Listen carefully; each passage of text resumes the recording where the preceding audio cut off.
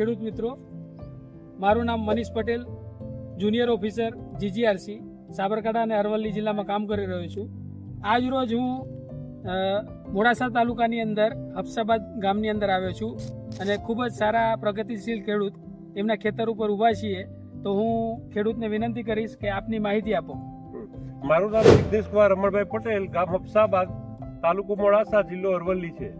હા જિગ્નેશભાઈ, આપણે અહીંયા ઊભા છીએ, આ તમે ફુલાવરનું વાવેતર જોઈ રહ્યા છીએ, તો તમે કેટલા ટાઈમ પહેલા ટપક સિંચાઈ પદ્ધતિ વસાવી છે? 7 વર્ષ થઈ ગયા સાહેબ. 7 વર્ષ પહેલા વધારે થાય છે. હા, ટપક સિંચાઈ પદ્ધતિ વસાવી એના પહેલા કયા કયા પાક કરી રહ્યા હતા તમે? એમાં તો મગફળી અને મકાઈ એવું જ વાવતા હતા. હા, તો મગફળી અને મકાઈનું વાવેતર કરતા હવે ટપક સિંચાઈ પદ્ધતિ વસાયા પછી કયા કયા પાક લઈ રહ્યા? પછી બધી શાકભાજીનો જ પાક લગાવીએ છીએ. તો ફુલાવર, કોબી, ટામેટા એવું.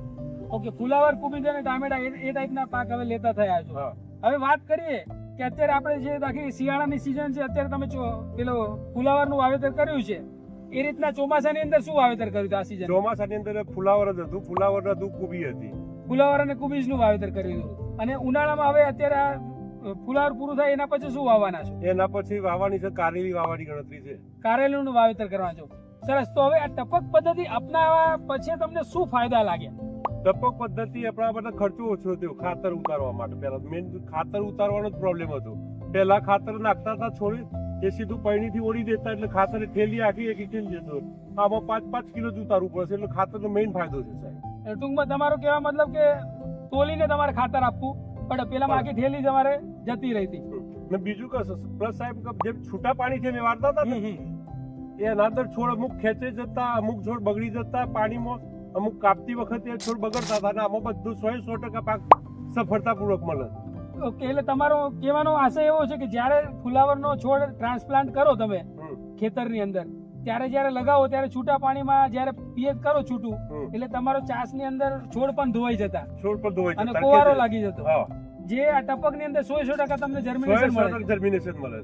ઓકે, સરસ. ટૂંકમાં 100% તમારે બિયારણનો ખર્ચો આના અંદર મજરે મળે છે. પેલામાં તમારે ફરીથી ટ્રાન્સપ્લાન્ટ કરવા પડતા હશે છોડ, ને ખાસું નુકસાન જ હતું એમાં.